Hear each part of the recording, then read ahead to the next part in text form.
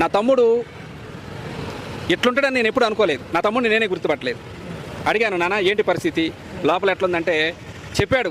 కానీ పైకి చెప్పాడు కానీ లోపల ఉండే పరిస్థితి వేరుంది.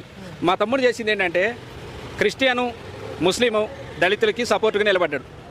అది వాడు చేసిన తప్పు. అంటే మీతో కలిసినప్పుడు మీతో ఏం మాట్లాడారు? అంటే ఇంటి గురించి కానీ తన ఆయనకి బట్టలు ఇచ్చారండి. మా బంధువులు వచ్చి బట్టలు ఇచ్చేళ్ళారు. ఆ బట్టలు ఇవ్వలేదు ఆయనకి. ఆ లోకల్లో తినడానికి అవి ఉంటాయి కదా, ఒక 1000 రూపాయలు అవి ఇవ్వలేదు. ఆయనకి సమాచారం ఏం లేదు. ఏ రోజు ఏ బట్టలతోనైతే అరెస్ట్ అయ్యిండో అదే బట్టలతోనే ఉండు. ఇప్పుడు కూడా అదే బట్టలతో ఉండు. నా తమ్ముడు నాకు చాలా బాధ అనిపించింది. ఎప్పుడు అట్లా లేడు. నేను ఒక అన్నగా నాకుండే బాధ నాకుంది. మీరు లీగల్గా ఏదైనా చేయాలనుకుంటే చేయండి, కానీ నా తమ్ముడిని ఒక పిచ్చోడిని చూసినట్టుంది నాకు. క్రిస్టియన్స్కి కూడా నేను చెప్పేది ఏంటంటే అందరు బాధలో ఉన్నారు. ఇచ్చేసి మీరు కూడా వాళ్ళు రెచ్చగొట్టారు, వీళ్ళు రెచ్చగొట్టారని రెచ్చిపోయి గొడవలకు వెళ్ళి హిందువుల మీద క్రిస్టియన్ల మీద హిందువులు గొడవలు పెట్టుకొని ఫ్యామిలీలు బలి చేసుకోవద్దు. లీగల్గా మీకు ఏది కావాలనుకుంటే అది లీగల్గా ప్రొసీడ్ అవ్వండి.